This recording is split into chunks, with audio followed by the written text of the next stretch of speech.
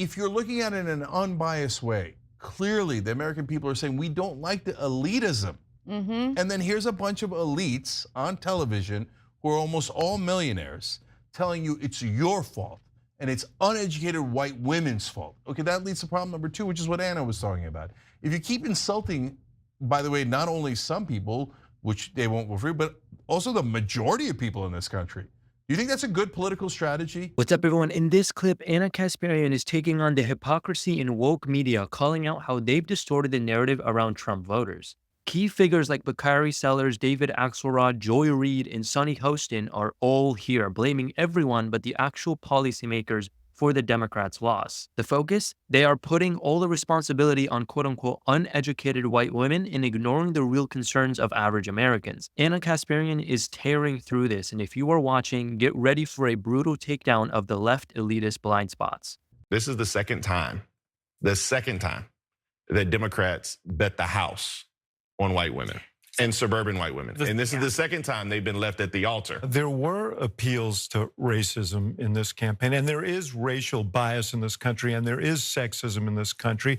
And anybody who thinks that that did not in any way impact on the outcome of this race is wrong. Black voters came through for Kamala Harris. White women voters did not. I was so hopeful that a mixed race woman married to a Jewish guy could be elected president of this country. And I think that it had nothing to do with policy. I think this was a referendum of cultural resentment in this country. Was it though? All right, well, as you just watched, Bakari Sellers, David Axelrod, who had clarity before the election but seems to have lost that clarity after the election, Joy Reid, Sonny Hostin, they're all blaming Kamala Harris's loss on the character of the American electorate. And I think that's a big mistake, because when you do that, number one, it's bad analysis and it's incredibly lazy. But number two, it only works to shield or provide cover for the mistakes that the Democratic Party has been making. Why do you think that uneducated white women voted against their reproductive health freedoms? And why do you think Latino men voted in favor of someone that's going to deport, says he's going to deport the majority of his community? They're hitting on an important point here. Many Latino voters aren't voting based on identity politics. They are voting on real issues like jobs and safety. The woke media's shock at this reveals how little they understand working class communities. It's almost insulting to assume people vote solely based on race without considering their actual realities. Like being called uneducated white women. I think the economy matters, national security matters. But when you put people in these boxes, I think that's a takeaway from this race. We have to look at the demographics. Also, I think it's worth noting that, there are some red states that attempted to ban abortion or severely restrict abortion, but the people in those states voted in favor of ballot initiatives to legalize abortion, to reverse the negative impact of the reversal of Roe v. Wade. This is a moment of clarity that Anna is using to challenge the woke media's narrow view. The fact that red states chose to protect abortion rights proves that voters are more nuanced than the media gives them credit for. The us versus them narrative just doesn't hold up, and it's dangerous to ignore that. So saying that people are voting against their best interests kind of doesn't make sense when it comes to the reproductive rights issue, because what was Kamala Harris supposed to do? She was going, like, let's say she got elected. She would have come into office with a Senate controlled by Republicans. And I don't know, has it already been determined? Have Democrats lost the House? Yeah, almost certainly. Okay, so basically a Republican-controlled Congress. How the hell was she supposed to pass or codify reproductive rights on a national level? It wasn't gonna happen, and it wouldn't have happened if Democrats had control of the House or even a slim majority in the Senate. It just wasn't going to happen. She's not going to steamroll the Senate filibuster, which requires 60 votes in order to pass legislation. It wasn't gonna happen. So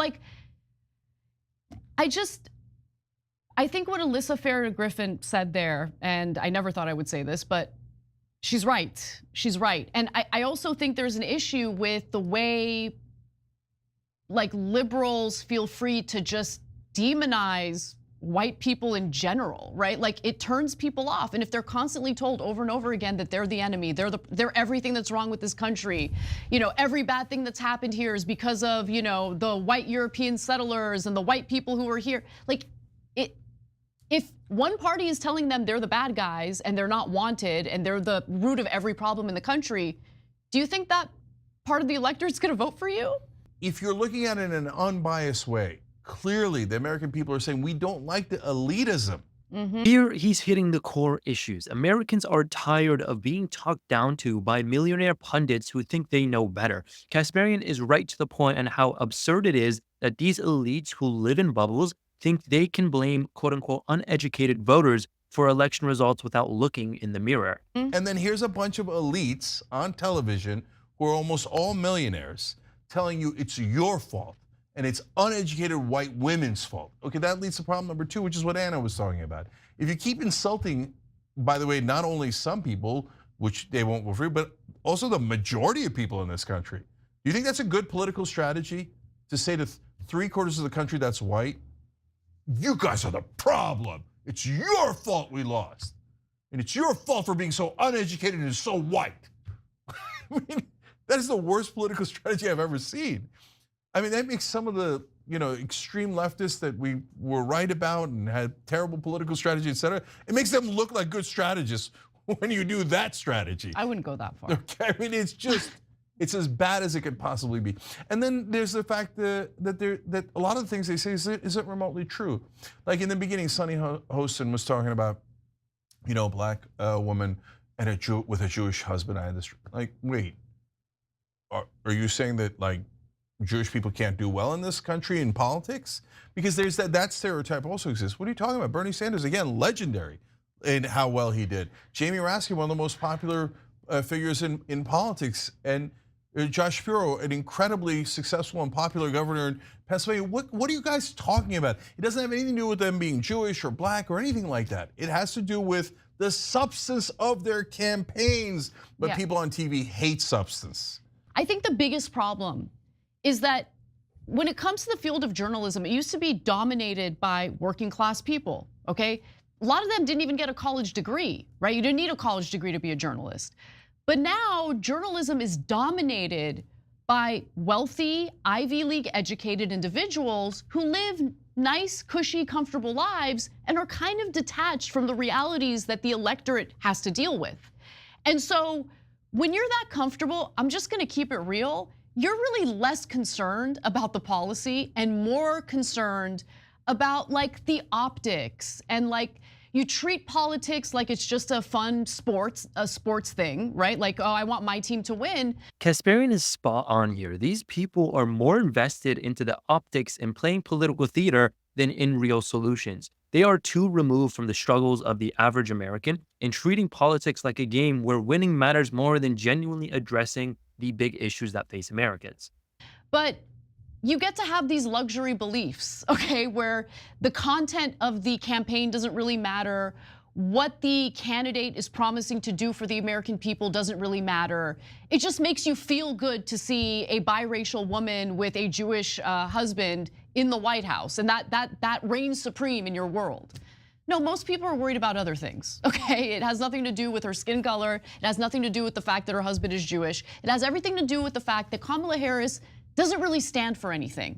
If we're honest with ourselves, no one knows what she stands for. Another great point made by Anna. The problem with many politicians today is a complete lack of clarity and conviction. The media pushes identity narratives around Kamala Harris, but that's not what voters care about. People want leaders with real principles, not politicians who shift with the wind. Anna's calling out the uncomfortable truth that voters see through these empty gestures and are done with leaders who don't stand for anything meaningful. She went from running to the left of Bernie Sanders on some of these social issues back in 2020 to suddenly swinging back as, I'm like a tough on crime prosecutor and I'm now campaigning with a neoconservative like Liz Cheney. I'm honored to be endorsed by Dick Cheney, a literal war criminal. Come on. So 2 things about that. One is, look, she had some policies that were detailed and Trump had some policies that he focused on nonstop, like immigration and the economy and inflation. but he's not a very policy-oriented guy, right? We're not talking about that. We're talking about, wait, explain to me why you were potentially extreme left and then like extreme conservative Democrat within a span of 4 years. And the reason she can't explain that and never did explain that is because he's a politician. She's a super standard politician with her finger in the wind. Which way is it blowing? Oh, I hear that it's everybody's going progressive in 2020. Oh, everybody's going conservative in 2024.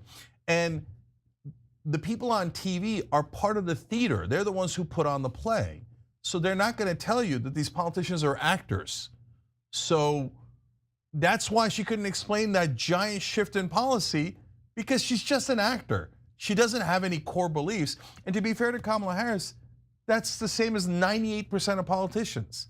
But those are the same people that these guys support every single day and pretend are such wonderful, genuine people who really care. And that's why they want trans undocumented detainees to get gender reassignment surgery. No, they don't. They hate those people. They definitely don't want them to get surgery. And that is why they're consistent. What kind of, it's like a glitch in the matrix. Ana Kasparian's breakdown of woke media's flawed approach reveals why so many Americans feel disconnected from the Democratic Party's messaging. By focusing on identity over substance and pushing divisive narratives, these elites show how little they understand the average voter. Ana's message is clear. If you want people's votes, stop dismissing their concerns and start engaging with them on real issues. I'd love to hear your guys' opinion down in the comments below if you agree or disagree with a lot of the points that were made in this specific clip. Also, be sure to give us a like and subscribe. It really helps out the channel, and we'll see you guys in the next one.